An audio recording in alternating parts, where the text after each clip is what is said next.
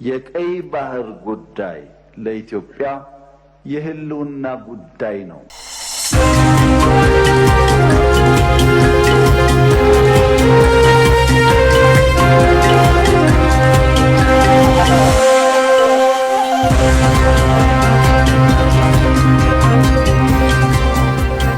ከውጭ በትንታኔ ወደ ተዘጋጀልን ጉዳይ ከማለፋችን በፊት አጫጭር መረጃዎችን እነግራችኋለሁ። የህንድ ጦር ፓኪስታን የተኩስ አቁም ስምምነቱን እየጣሰች ነው ሲል እየከሰሰ ነው። የህንድ ወታደራዊ ኦፕሬሽን ጀነራል እንደገለጹት ከሆነ ፓኪስታን የተኩስ አቁም ስምምነቱን የሚጥሱ ድርጊቶችን እየፈጸመች ነው። የፓኪስታን ወታደራዊ ቃል አቀባይ ደግሞ በፓኪስታን ጦር በኩል ምንም አይነት ጥሰት እየተፈጸመ አይደለም ሲሉ የሀገሪቱን የአየር ኃይልና የባህር ኃይል ወክለው በሰጡት ጋዜጣዊ መግለጫ ላይ ተናግረዋል። በሁለቱ ኒውክሌር ኃይል በታጠቁ ጎረቤት ሀገሮች መካከል እንግዲህ ለ4 ቀናት የተቀሰቀሰውን ጦርነት ተከትሎ ቅዳሜ የተኩስ አቁም መታወጁ ይታወቃል። ነገር ግን ስምምነቱ ተግባር ላይ ከዋለ ከሰዓታት በኋላ ባለፈው ሳምንት የብዙዎቹ ውጊያዎች ማዕከል በሆነችው ካሽሚር ውስጥ ተኩስ ተሰምቷል ተብሏል። ይህንን ተከትሎም ህንድ እንዲህ አይነት በአካባቢው ያለውን አንጻራዊ መረጋጋት የሚረብሹ ድርጊቶች በፓኪስታን በኩል የሚደጋገሙ ከሆነ እርምጃ ለመውሰድ እንደምትገደድ እያስጠነቀቀች ነው። ኤዥያ ኒውስ ነው ዘገባውን እያስነበበ የሚገኘው። የዩክሬኑ ፕሬዚዳንት ቮሎዲሚር ዜሌንስኪ ደግሞ የሩሲያ አቻቸውን ቭላዲሚር ፑቲንን በአካል ለማግኘት ዝግጁ እንደሆኑ ገልጸዋል። ዜሌንስኪ በመጪው ሐሙስ ከፑቲን ጋር ጦርነቱን ለመቋጨት የሚያስችል ንግግር ለማድረግ እንደተዘጋጁ ነው የገለጹት። ፑቲን ከዜሌንስኪ ጋር ቀጥተኛ ንግግር ለማድረግ ፍላጎት እንዳላቸው ከገለጹ በኋላ እንግዲህ የአሜሪካው ፕሬዚዳንት ዶናልድ ትራምፕ ውይይቱ እውን እንዲሆን ግፊት ሲያደርጉ ነበር። ይህንን ተከትሎም ዜሌንስኪ ለንግግሩ ዝግጁ መሆናቸውን በኤክስ ገጻቸው ላይ አካፍለዋል። ዜሌንስኪ በኤክስ ገጻቸው ላይ የሩሲያው ፕሬዚዳንት ቭላዲሚር ፑቲን በየቀጥታ ውይይት ለመጀመር ያቀረቡትን ጥሪ በጎ ምልክት በማለት ገልጸውታል። አያይዘውም መላው ዓለም ይህንን ረጅም ጊዜ ሲጠብቀው ነው የቆየው ብለዋል። ከዚህ ቀደም እንግዲህ ዜሌንስኪ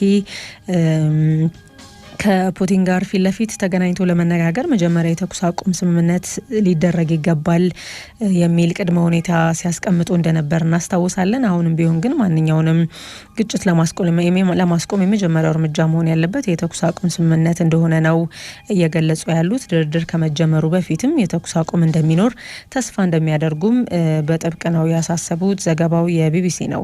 የአሜሪካው ፕሬዚዳንት ዶናልድ ትራምፕ ደግሞ ሐማስ በጋዛ የሚገኘውን የመጨረሻውን በህይወት የሚገኝ የአሜሪካ እስራኤላዊ ታጋሽ ለመልቀቅ መስማማቱን አስታውቀዋል። የወጣት ኤዳን አሌክሳንደር ይባላል። የ21 ዓመት ወታደር በጋዛ ከታገቱ የአሜሪካ ዜግነት ያለው የመጨረሻው ታጋሽ ነው። በጥቅምት 7 2023 በጋዛና በእስራኤል መካከል ጦርነት ለመቀስቀሱ ምክንያት የሆነው ጥቃት ሲፈጸም እንግዲህ በሐማስ ታግተው ከተወሰዱት ግለሰቦች መካከልም አንዱ ነው። ሐማስ ይህንን ታጋች ለመልቀቅ የተስማማው የተኩስ አቁም ስምምነቱ እንዲቀጥል ግፊት ለማድረግ እንዲሁም ደግሞ በእስራኤል የተዘጉ መንገዶችን እንደገና ለማስከፈትና የእርዳታ አቅርቦቱንም ለማስቀጠል የሚደረገው ጥረት አንድ አካል ነው ተብሏል። የእስራኤል ጠቅላይ ሚኒስትር በእስራኤል ጠቅላይ ሚኒስትሩ ጽህፈት ቤት ሐማስን እንግዲህ አሌክሳንደርን ያለ ካሳ ወይም ደግሞ ያለምንም ቅድመ ሁኔታ ለመልቀቅ ያለውን ፍላጎትና እርምጃ ምናልባት ወደ ስምምነት ሊመልስ የሚችል ጉዳይ ነው ሲል ነው የገለጸው። የአሜሪካው ፕሬዚዳንት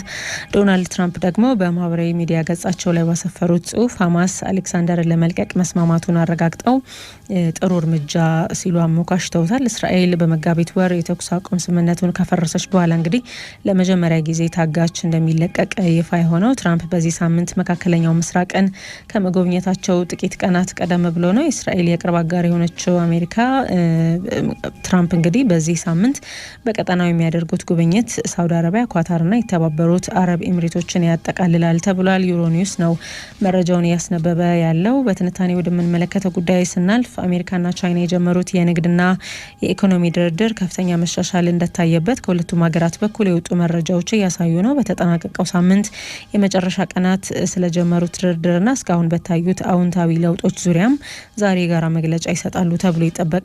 የአሜሪካና ቻይና የንግድና የኢኮኖሚ ድርድር እንግዲህ ወደ ስምምነት ከተሻገረ ለሁለቱ ሀገራት ብቻ ሳይሆን ዓለምን ከሌላ ዙር ቀዝቃዛ ጦርነት የሚታደግ ሊሆን እንደሚችልም እየተነገረ ነው። ተስፋ ያለነ በትንታኔ ተመልክቶታል። በተጠናቀቀው ሳምንት የመጨረሻ ቀናት ገደማ ከዋሽንግተንና ከቤጂንግ ወደ ጄኔቫ 2 ወሳኝ በረራዎች ነበሩ። ወሳኝነቱ ለሁለቱ ሀገራት ብቻ ሳይሆን ለመላ ዓለም ጭምር ነው። የአሜሪካና የቻይና ከፍተኛ ባለስልጣናት የንግድና ኢኮኖሚ ድርድር ለማካሄድ በያዙት ቀጠሮ መሰረት ነበር በጄኔቭ ስዊዘርላንድ የተገናኙት። አሜሪካ በፋይናንስ በኮሜርስና በውጭ ንግድ ሚኒስትሮቿና ቻይና በምክትል ጠቅላይ ሚኒስትሯ ተወክለው ተገናኝተዋል። በተለመደው አገላለጽ የአሜሪካ ጠቅላይ ግምጃ ቤት የሚባለውንና የፋይናንስ ሚኒስቴር አቻ የሆነውን መስሪያ ቤት በሚኒስትርነት የሚመሩት ስኮት ቤሰንት እንዲሁም የውጭ ንግድ ሚኒስትሩ ጃሚሰን ግሪር በዋሽንግተን በኩል ዋነኛ ተደራዳሪዎች ናቸው። ቻይና ደግሞ ለዚህ እጅግ ወሳኝ ለሆነ ድርድር ዋነኛ ተደራዳሪ አድርጋ የሰየመቻቸው ምክትል ጠቅላይ ሚኒስትር ሄሊፋንግ ናቸው። ሄሊፋንግ ዕውቅ ኢኮኖሚስትና ፖለቲከኛ ሲሆኑ ከአሜሪካ ጋር እየተካሄደ ባለው ድርድር የልዑክ መሪና ዋነኛ ተደራዳሪ መሆናቸው ቻይና ለጉዳዩ የሰጠችውን የክብደት ልክ ጭምር የሚጠቁም ነው። ባለፈው መጋቢት ፕሬዝዳንት ዶናልድ ትራምፕ በቻይና ላይ ከፍተኛ ታሪፍ ከጣሉና ቻይናም በበኩሏ በአሜሪካ ላይ ተመሳሳይ የአጸፋ እርምጃ ከወሰደች በኋላ በሁለቱ ሀያላን መካከል ከፍተኛ የንግድና ኢኮኖሚ ውጥረት እንደተከሰተ ይገኛል። በሁለቱ ሀያላን መካከል የተከሰተው ውጥረትም በአጠቃላዩ የዓለም የንግድና ኢኮኖሚ መስተጋብር ውስጥ ወዲያውኑ ነው አሉታዊ ውጤት ማስከተል የጀመረው። በታሪፍ በትር መበቃቀል የጀመሩት ዋሽንግተንና ቤጂንግ ሁኔታው የሚያዋጣ እንዳልሆነና መነጋገሩ መደራደሩ የተሻለው አማራጭ እንደሆነ በማመን ወደ ንግግሩ ጓዳ ገብተዋል። በእርግጥ በጄኔቫ ለሁለት ቀናት በር ዘግተው የተነጋገሩት የሁለቱ ሀያላን ከፍተኛ ተደራዳሪዎች ዛሬ ሰኞ በይፋ የጋራ መግለጫ ይሰጣሉ ተብሎ እየተጠበቀ ቢሆንም ከዝጉ በር ጀርባ ስለነበራቸው ድርድር ተስፋን የዘራ መረጃ ፈንጠቅ ማድረጋቸው አልቀረም። የአሜሪካ የፋይናንስ ሚኒስትር ስኮት ቤሰንትና የውጭ ንግድ ሚኒስትሩ ጃሚሰን ግሪር ድርድሩ ከተካሄደበት ስፍራ ጄኔቭ ከሚገኘው በተባበሩት መንግስታት ድርጅት የአሜሪካ ቋሚ መልእክተኛ አምባሳደር መኖሪያ ቤት ሆነው መግለጫ ሰጥተዋል። በአሜሪካና በቻይና መካከል እየተካሄደ ባለው የንግድ ድርድር አሉ የአሜሪካው የፋይናንስ ሚኒስትር ስኮት ቤሰንት፣ አመርቂ መርታ መታየቱን ሳበስራችሁ ደስ እያለኝ ነው። እየተካሄደ ያለው ንግግር ፍሬያማ በመሆን ላይ ነው ብለዋል። ፕሬዝዳንት ትራምፕ ለውጭ ንግድ ኃላፊ አድርገው የሰየሟቸው ጃሚሰን ግሪርም ከፍ ያለ ተስፋን የሚሰጥ መረጃ ነው በመግለጫቸው ያጋሩት። በመካከላችን አሉ በአሜሪካና ቻይና መካከል ለማለት ነው። በመካከላችን ያሉት ልዩነቶች እንደሚታሰበው የገዘፉ አይደሉም። የቻይና ተደራዳሪ ልዑክ መሪ የሆኑት ምክትል ጠቅላይ ሚኒስትር ሄሊፋንግ እንደ አሜሪካኖቹ ሁሉ ድርድሩ አዎንታዊ ለውጥ የታየበት እንደሆነ ጠቆም አድርገዋል። ቻይናው ምክትል ጠቅላይ ሚኒስትር ከዚያው ከጄኔቫ በሰጡት መግለጫም ድርድሩ በሐቀኝነትና በተጨባጭ ነጥቦች ላይ ተመስርቶ በጥልቀት የተካሄደና ከአሜሪካ ተደራዳሪዎች ጋር ውጥረቱን የማርገብ ተመሳሳይ ፍላጎት የተንጸባረቀበት ነው ብለዋል። እስካሁን የአሜሪካና የቻይና ልዑካን በር ዘግተው ከተደራደሩ በኋላ ስለተገኘው ውጤት ዛሬ ሰኞ ይፋዊ የጋራ መግለጫ እንደሚያወጡም ነው የተናገሩት። ድርድሩ መካሄድ ጀምሮ የመጀመሪያው ዕለት እንደተጠናቀቀ ፕሬዝዳንት ዶናልድ ትራምፕ ከጄኔቫ ደረሰኝ ባሉት ሪፖርት ላይ በመንተራስ ወዲያውኑ ሐሳብ አጋርተው ነበር።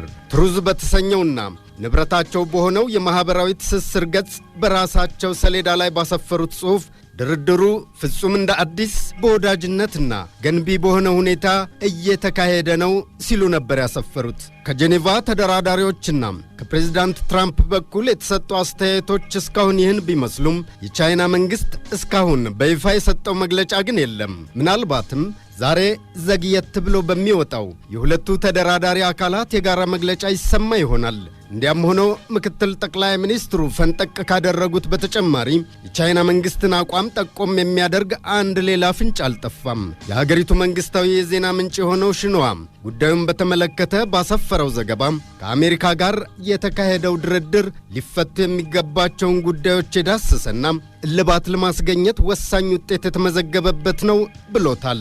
አሜሪካም ከቻይና በሚገቡ አብዛኞቹ ምርቶች ላይ የጣለችው የታሪፍ ምጣኔ 145 በመቶ ነው።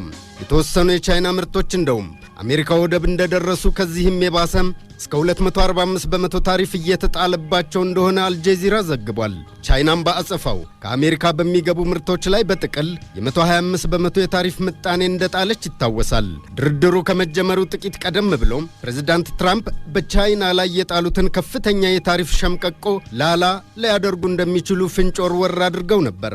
ዘግየት ብሎ ደግሞ የዋይት ሃውስ የፕሬስ ኃላፊዋ ካሮላይን ሌቪት በሰጡት መግለጫም የለም አሜሪካ ታሪፍ ለመቀነስ የተናጠል እርምጃ አትወስድም ሲሉ አስተባብለዋል። በቻይና በኩልም መሰል እርምጃ እንጠብቃለንና በማለት በአሜሪካ ተደራዳሪ ልዑካን የተካተቱ ሚኒስትሮች በትራምፕ አስተዳደር ውስጥ ከሚገኙ ባለስልጣናት መካከል ለዘብተኞች የተካተቱበት እንደሆነ ተነግሯል። የፋይናንስ ሚኒስትሩ ማለትም የግምጃ ቤት ኃላፊ ሚኒስትሩ ስኮት ቤሰንት ከእነዚህ አንዱ ናቸው ይላሉ ፕሮፌሰር ጌሪ ሃፍባወር። ፕሮፌሰሩ በፔተርሰን ኢንስቲትዩት የዓለም አቀፍ ኢኮኖሚክስ አጥኚ ናቸው።